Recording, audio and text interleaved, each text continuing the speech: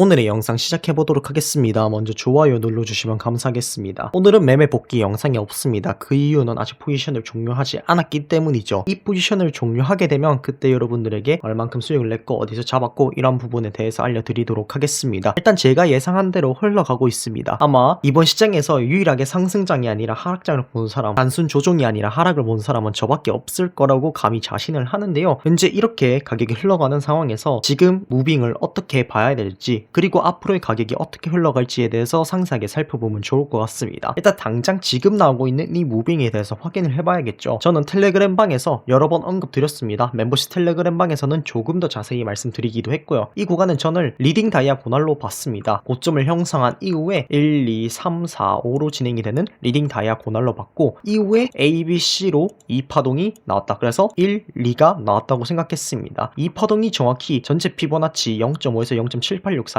일반적인 2파동 타겟에 도달을 했기 때문에 더더욱 리딩 다이아고날의 2파가 진행이 되었다라고 생각했습니다. 이렇게 임펄스로 이제 하락이 나오고 있는데, 이게 3파동인지 아니면은 이게 ABC일 수도 있거든요. 그래서 이 부분에 대해서 상당히 고민을 많이 했는데, 여기서 한 파동이 더 빠져주면서 이게 완벽하게 리딩 다이아고날로 이어지는 임펄스구나, ABC가 아니구나라는 걸 확신했습니다. 그래서 1, 2, 3파동인데 이 3파동은 현재 완성이 된 상황입니다. 이거를 1, 2, 3, 4, 5로 보든 아니면 1, 2, 3, 4, 5로 보든 어쨌든 이 3파동 자체는 완성. 그래서 1, 2, 3, 4, 5가 진행이 되어야 한다라고 생각합니다. 그렇다면 이렇게 나오는 반등들이 0.618 구간을 넘지 않는 선에서 이런 식으로 다시 한번 더 하락이 나와줘야겠죠. 임펄스 1파동이 완성이 될 것입니다. 현재로서는 완벽하게 이루어지고 있다고 봅니다. 형태상으로 봤을 때도, 그리고 거래량적으로 봤을 때도 3파동이 가장 큰 거래량을 이루고 있고, 마지막 파동이 이렇게 완성이 되면 임펄스가 예쁘게 완성이 되는데, 한 가지 포인트가 되는 부분은 이 2파동이 상당히 길었다라는 부분입니다. 최소한 하루 정도는 파동이 지속이 되어야지 형성이 되는 구간인데, 2파동은 4파동에 비해서 상당히 짧기 때문에 그 말은 즉 4파동은 2파동보다 길다는 말이죠. 그래서 이런 식으로 형성이 되다가 떨어지는 게 일반적이거든요. 그래서 이걸 이렇게 봐야 할 것인지, 아니면은 CME를 기준으로는 사실 이 구간이 없단 말이죠. 그래서 그냥 이거를 1, 2, 3, 4, 5로 간단하게 봐야 할 것인지, 이 부분에 대해서는 가격이 실제로 나와 봐야 할 것 같습니다. 어쨌든 이 형태는 2.618 정확하게 3파동의 타겟에 도달했기 때문에 ABC로 보는 거는 그렇게 좋은 생각이 아니고, 이걸 리딩 다이아고날로 이어지는 임펄스로 봐야 된다. 그리고 1파동이 이런 식으로 대충 62K 조금 깨지는 선에서 완성이 될 것 같습니다. 단기적으로는 어쨌든 하락이 나오는 게 어느 정도 일반적인 것 같은데, 더 길게 봤을 때 어떻게 갈지에 대해서 볼 필요가 있을 것 같습니다. 제가 줄곧 말씀드린 게 Y파동이 아직 진행 중, 그러니까 C파동이 진행 중이고 5, 3, 5의 형태로 떨어질 것이다 라고 말씀드렸습니다. 어쩌면 그 초반에 있는 구간이 될 수도 있겠습니다. 그렇다면 지금처럼 계속해서 가격이 빠르게 떨어지는 게 어느 정도 맞아 떨어지는 부분이거든요. 그래서 이런 식으로 가다가 나오고 3파동이 또 길게 나오고 반등 나왔다가 마지막 5파동이 더 길게 나오면서 전체 하락이 마무리, 그리고 난 다음에 마지막 5파동으로 상승이 나오는 거를 기대해 볼 수 있다라는 게 저의 기본적인 생각이었습니다. 지금 당장으로 봤을 땐 이 가능성도 상당히 여전히 높아 보입니다. 왜냐하면 어쨌든 이 파동 자체가 535의 형태이든 혹은 335의 형태이든 어쨌든 이 파동은 완성이 되었기 때문에 다음 파동으로 넘어가는 게 맞는 것이고, 그 파동의 형태가 첫 번째 파동이 5파동으로 형성이 되기 때문에, 그렇다면 이 하락 파동은 535로 떨어지거나 아니면은 53535로 임펄스로 떨어지는 두 가지 가능성을 제기할 수 있겠죠. 1파동의 길이를 전체 고려해보면 현재로선 두 가지가 다 가능한 것 같습니다. 이 리딩 다이아고날도 제가 아주 높게 생각하는 가능성이 높은 시나리오 중 하나이기 때문에, 만약에 5파동의 반등 이후에 3파동의 반등이 나오고 그 다음에 5파동이 똑같이 비슷한 길이로 나온다고 생각이 되면, 그렇다면 이런 식으로 전체가 리딩 다이아고날로 1, 2, 3, 4, 5가 진행이 되고 있다라고 보는 게 더 합리적이겠죠. 근데 그게 아니고 이 파동 이후에 다 끝나고 나서 ABC 나오고 난 다음에 다음 3파동이 좀 길어지는 느낌이 있다. 그러면 더도 말고 덜도 말고 그냥 하락 저점 갱신하러 간다 라고 생각을 하시면 좋을 것 같습니다. 하락 초반이기 때문에 제가 말씀드린 것처럼 4파동이 어떻게 형성이 됐는지 5파동이 어떻게 형성되는지 상당히 중요합니다. 이런 식으로 확실하게 추세 전환이 보이고 임펄스로 하락이 길어진다면, 만약에 롱을 탄다고 하면 생각보다 반등이 그렇게 크지 않을 겁니다. 절대 익절의 기회나 혹은 물타기에서 탈출의 기회를 주지 않을 거예요. 그래서 이런 식으로 가다가 그리고 생각보다 올라오지 못한 선에서 4파동이 완성되고 5파동이 떨어지면서 62K 부근이 지지가 되는지 안 되는지를 체크를 해보겠죠. 이런 구간들. 그렇게 돼서 1파동이 완성되고 난 다음에 2파동이 혹은 B파동이 그렇게 크게 올라올지 모르겠습니다. 지난 임펄스들이나 지난 상승들을 고려했을 때 이 파동이든 B 파동이든 0.382에서 그치는 경우가 상당히 많거든요. 피보나치 비율로 봤을 때 0.5 이상으로 오는 경우가 잘 없었습니다. 그래서 하락이 나오면 지난번에 5파동 하락을 생각해보면 좀 좋을 것 같은데, 이런 때를 생각을 하면 물타기 기회를 안 주다가 한 번 이런 식으로 탁 주고 난 다음에 또 계속 안 주다가